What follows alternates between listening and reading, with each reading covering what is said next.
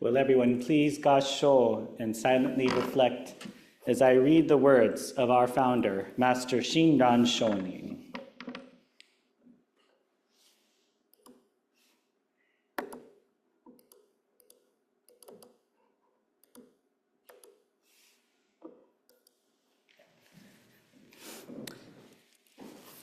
The light of compassion illumines us from afar. Those beings it reaches, it is taught, attain the joy of Dharma. So take refuge in Amida, the great consolation. Namo Amida Butsu. Namo Amida Butsu. Namanda, namanda, namanda, namanda. Good morning, everyone. And welcome to our annual Fall Ohigan service. So before I get into my Dharma talk, I would first like to congratulate the White River Buddhist Temple for a successful Northwest Convention. How many of you went to the Northwest Convention? Show of hands. Ooh, a nice amount of you did. We can all extend our deepest thanks to the chairs of the convention, Sharon Kosai and Valerie Yamanaka, as well as Reverend Cindy Asaki for all of their hard work in putting this wonderful convention together. And for those of you who did not get to attend this year, I certainly hope you will be able to attend, not next year. Next year we're going to have a break, but in 2 years, in 2026, we will have a combined National Council and Northwest Convention in February. So that's another one of those huge events where we will have representatives from all over the BCA come to the Northwest, and at the same time of having the business meetings that we need to do in order to take care of the organization. We will also have Buddhist workshops and other fun events and activities for families and members alike who choose to join this wonderful occasion. So we will combine the two events together. Today is our Fall Ohigan service. So, Dharma School students, how many times do we celebrate Ohigan at the temple? Put up your hands and show me the number on your... Two, that's right. We celebrate Ohigan twice a year. The first one is the Spring Ohigan. Second one is the Fall Ohigan. Very good. Okay, but Dharma School students, what does Ohigan mean? Ohigan means...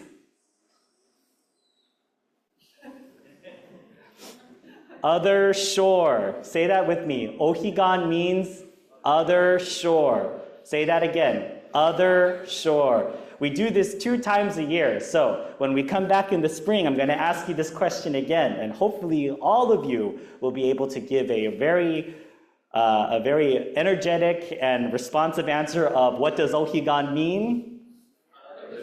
Very good. Very good. So in Ohigan, what the other shore means, the shore of enlightenment. And this comes to our attention again. Jodo Shinshu is the perfect sect of Buddhism, I think, to think about this shore concept. And of course, I've talked extensively about the white path, right? There's that parable that Master Shan Dao talked about with the river of fire and the river of water.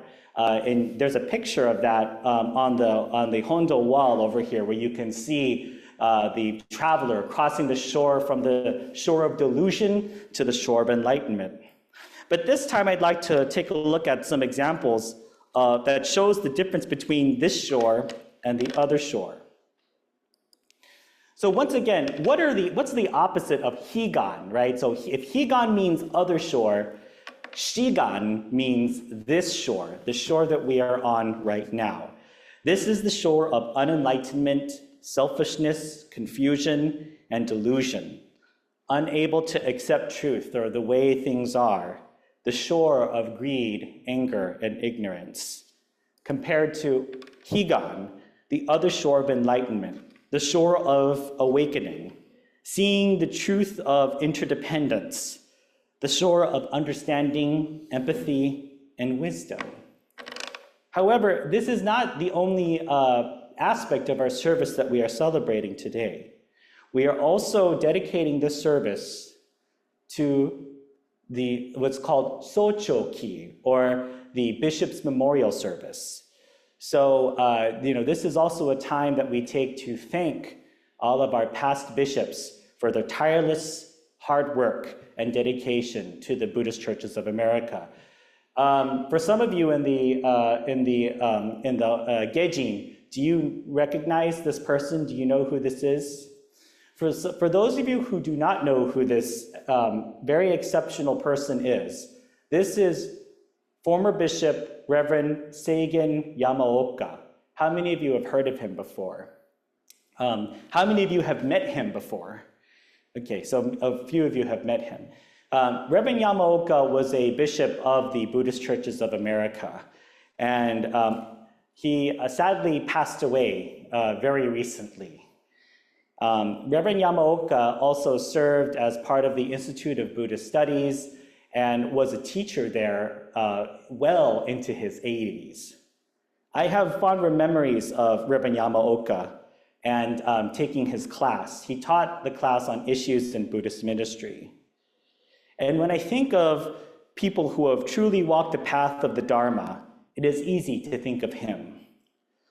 He led by example and shared his wisdom and many experiences as the bishop of BCA, especially in the class that I took with him.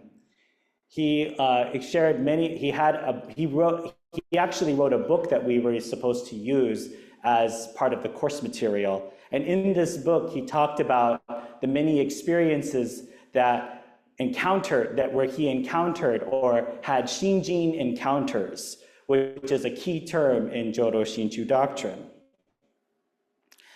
And with this particular position of bishop, we have to remember how hard of a job being the bishop is. Now, of course, it's easy for me sometimes to kind of get caught into myself and complain and go, oh, I have all this work I have to do, and now I have to oversee 2 temples, right? But the bishop has to oversee the entire organization and still have to deal on a regular basis, or still have to work with on a regular basis, the head temple of Nishihonganji. All of the BCA's problems and the BCA's triumphs rest on the bishop's shoulders. It is a very heavy, heavy responsibility. And Reverend Yamaoka exemplified a wonderful person, a wonderful Dharma-like person to walk this path as the bishop. We thank Reverend Yamaoka for his many dedicated years of service as bishop, as teacher, and as reverend of the Buddhist churches of America. And we also have to be grateful to our current bishop, Reverend Marvin Harada, for his leadership and guidance in the BCA as well. With all of this in mind, when we think about how much work that goes into being the bishop and to overseeing all of the temples, we realize it's not an easy job. It is a job that requires constant attention, constant communication, and a lot, and I mean a lion's worth of patience that I myself do not have. But Bishop Harada is always able to come through the temple doors with a big smile on his face, a positive can-do attitude, and a wonderful stockpile of experience to help guide the BCA into its future. And he was recently elected to his 2nd term as the Bishop of the Buddhist Churches of America. So as we thank our past bishops for their dedicated service of the BCA, we also need to remember to thank our current one as well.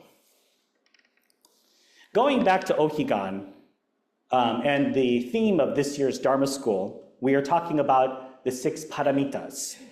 And this is a theme that we're going to be talking about as the Dharma School year progresses. But these are 6 principles or 6 perfections that exemplify what it means to live the Mahayana Buddhist path.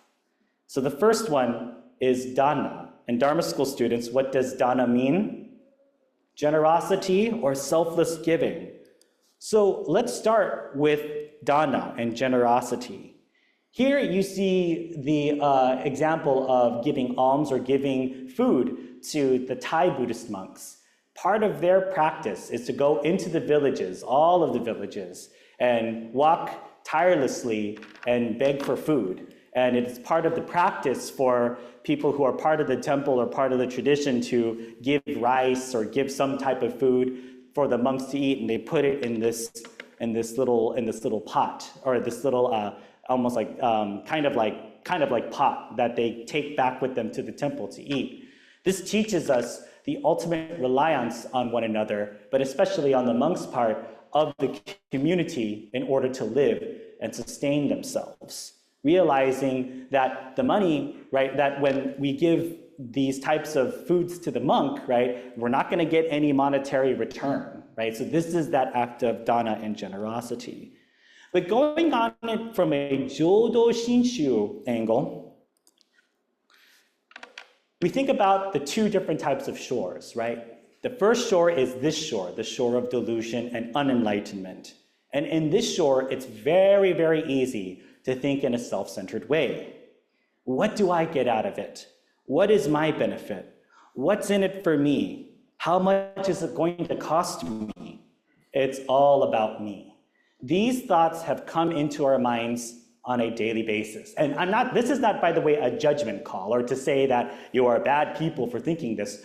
It is natural. We are all unenlightened beings, and all of us have thought about this once in a while. Even myself, right? I have to go to a meeting, and I think to myself, is it really beneficial for me to be at this meeting? Is it really going to make myself better? And all of these particular mindsets kind of go through us. When we have to, even when we get up in the morning, do I really want to get out of bed today? All of us have thought about this. But then when we think about the term of Ohigan and what that symbolizes, all of these thoughts can instantly turn into the shore of enlightenment. So instead of what do I get out of it, what can I do? Instead of what's my benefit, what do you need? What's in it for me? What does the Sangha need, right? Besides me, what do we all need? How much is it going to cost me? How can I help? It's all about me. It's all about us. Us, not me. Now, again, it's hard to think these things or to always stay in this mindset 100% of the time. This isn't to say that you should all instantly turn yourselves to this particular way of thinking. But the fact that you know that there is another way of thinking, I think, is a step in the right direction. This isn't to say that I have the expectation that all of us turn into Buddhist saints overnight, or that we are going to somehow magically turn ourselves into these, beyond reproach people. But this is why we come to temple. This is why we teach Dharma lessons. And this is why we listen to the Dharma, because we know that our lives could be more. And we know that there is another way of looking at things besides the view of the self. In Jodo Shinshu Buddhism, Shakyamuni Buddha directs our attention to the west, to Amida Buddha's Pure Land. And in fact, the sutra that we chanted this morning, Amida Kyo, begins with Shakyamuni Buddha directly addressing his disciple, Shariputra, says, to the land in the west, there is a beautiful land called perfect bliss, called Skavati. And in that land, there is Amida Buddha. This is more than just a beautiful image to focus on. This is a very much of a constant reminder that looking to the west, or at least symbolically looking to the west, we are reminded of Amida Buddha's wisdom and compassion for all of us. I think it's important for us to sometimes think of the Pure Land as as something that's beyond ourselves, beyond our comprehension. I realize that we want to see how all these teachings can benefit ourselves, benefit me right here, right now. But it's important for us to remember that because it is still so far away, there is still a long way for us to go before we can call ourselves enlightened or call ourselves these Buddhas or Bodhisattvas. In Shinran's writing, going back to the Gosandai that I quoted this morning, we realize that he writes the Pure Land as a distance away, but the light reaching us. So it's not just this far off concept, it's not just this far off land where we have to just wait until we die to get the benefits. But he describes the Pure Land as this far off, way distant away place, but the working and the benefits coming to us right now in this present life. Once again, I will read, "The light of compassion illumines us from afar. Those beings it reaches, it is taught, attain the joy of Dharma. So take refuge in Amida, the great consolation." I often think, especially since we are on the topic of Higan or other shore, of looking off into the distant shoreline of a beach. And when the sun sets, sometimes it's this beautiful orange. Not that we can directly look at it, but we are warmed by it. And we are given this great sense of comfort and consolation, which is what Shinran Shonin describes Amida Buddha as. We see this sentiment in this wasan, especially the Jodo wasan. And for us, I think it is good to look at the Pure Land from a distance. This reminds us about where we are, the shore of delusion, and shows us the possibilities and the future, the other shore of enlightenment. We realize that though we are on this shore of delusion and unenlightenment, enlightened activity and Dharma-like minds still reach us to this day. We're not just floundering here on the shore of delusion, but we are able to benefit from the shore of enlightenment. In a sense, when we look at the other shore symbolically, we can get a glimpse of the brightness and the warmth of Amida Buddha's Pure Land. And it's important to remember that the reason why this shore is off in the distance is because we are not yet enlightened. We are not yet fully awakened. Yet at the same time, we can still feel and enjoy the warmth of Amida Buddha's wisdom and compassion. As we go into this Fall Ohigan season, and as the time changes, let us remember that this is an ultimate truth of Buddhism, of impermanence. We may want things to stay solid and to stay the same forever. Some of you like the sun and the warm weather, and you want it to stay with us forever, but this is not truth. Some of you may like the cold and the winter, just like me. I like it when it's cold and wintry and snowy, and we may want this to stay like that forever. This is not truth. And at the same time, as much as we want things to stay the same, as much as parents may want their children to remain little children, or sometimes want them to grow up, or sometimes as many as children or as us students want to remain students and not have to deal with the responsibility of becoming adults. This is not truth. We become older and we become adults whether we like it or not. How we choose to approach this is largely up to us, but the Buddha Dharma is there to guide us when these transitions happen. On a last note, and a personal one, and as a sort of an admission, I remember myself when I turned the age of 29. I didn't have a hard time turning to the age of 30. That was fairly easy. But turning the age of 29 was a little bit hard on me, and I remember there was this little inner panic inside of me going, oh, I'm losing my 20s, I'm losing my youth. And I started to realize that I had a lot more energy. Even now, at the age of 35, and all the other maybe more experienced people in the gauging are gonna laugh at me saying, Sensei, wait till you get to be my age. But I remember when I was in my 20s and I had a lot more youth, I had a lot more energy, I could eat more of whatever I wanted without having to fear of gaining weight, right? But these realities come and hit us whether we like it or not. And so, yes, I had my little panic moment when I turned the age of 29. But then, after the time came, and I realized that not a lot of things all that much changed. There are changes that do happen, yes, but not that many things changed, and I was still here, healthy and well. So I think in Jodo Shinchu Buddhism, on a final note, we are able to kind of experience both. we're able to experience the shore of this shore of delusion, where we have our little panic attacks, where we sometimes have our little bouts of anger, disagreements, getting upset, But then at the end of the day, we realize that we still all have to work together. We still have to be with each other. We still have to interact with one another.